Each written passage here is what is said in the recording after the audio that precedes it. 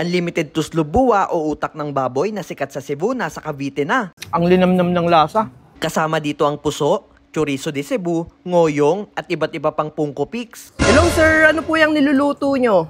Sir, ito po yung tuslubuwa dito po sa Punko Point. For 250 pesos, good for 2 person na po siya. And then, ito po, may kasama po siyang 4 na pirasong puso rice. And then, unlimited po yung ating pork brain, sir. Pork brain. Po. Ayun Yes yung po. sikat sa Cebu, di ba? Yes po. Meron na dito sa Cavite. Ito Yes yung po. kauna-unahan, sir, di ba? Cavite po. First in Cavite. Apo. Paano yan niluluto, sir, sa mga hindi nakakaalam? Simple lang po, para lang po kayong naggigisa lang. Mantika. Yes po, mantika, onion and garlic. Onion then and ito garlic. Po, sili.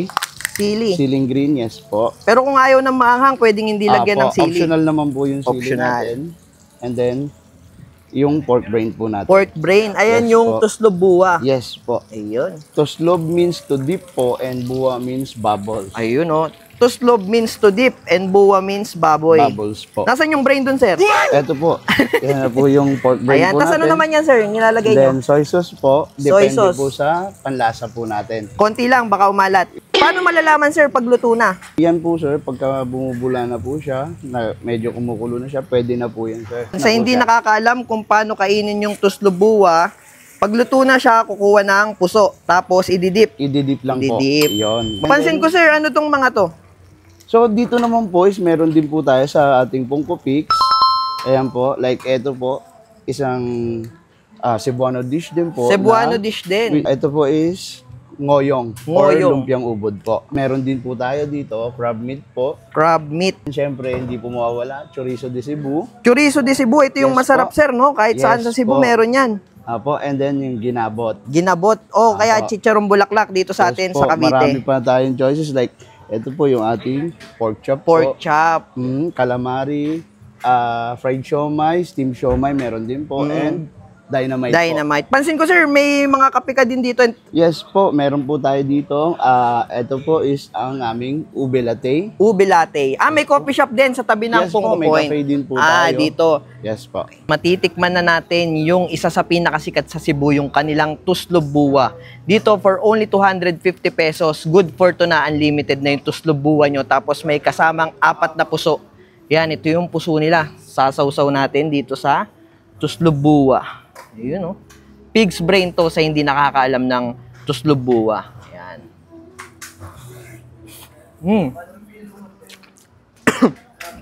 Nasamid ako sa sili.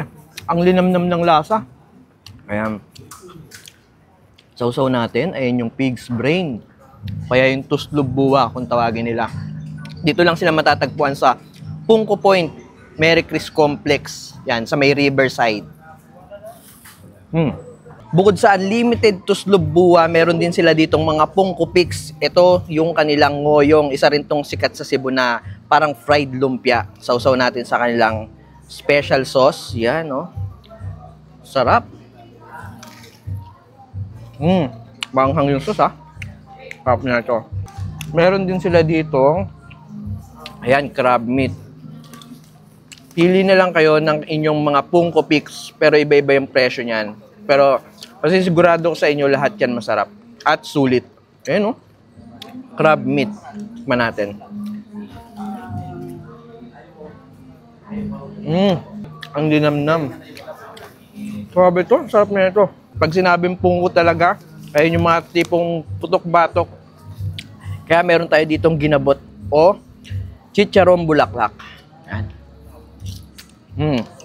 Ang crispy, Talaga namang sulit na sulit dahil pag sinabing Cebu, pagkaing Cebu, hindi mawawala ang Cebu chorizo. Meron din sila dito niyan. Dinala na nila sa Cavite. Yan, sausaw natin. Grabe. Nakakamiss sa Cebu. Pero hindi nyo na kailangan pumunta ng Cebu dahil nandito na sa Cavite ang sikat na tuslubuwa, longganisa, at ginabot. Ito yung ilan sa kanilang mga Punko Peaks na pwede nyo mapagpilian. Pinakita na namin sa inyo lahat. Anong oras po kayo nag-open, sir? We're open from 4 p.m. to 1 a.m. po. Monday to Sunday po yun? Monday to Sunday po. Kung naghahanap kayo ng panibagong solid na food tripan at kakaibang food trip, punta na kayo dito sa Punko Point.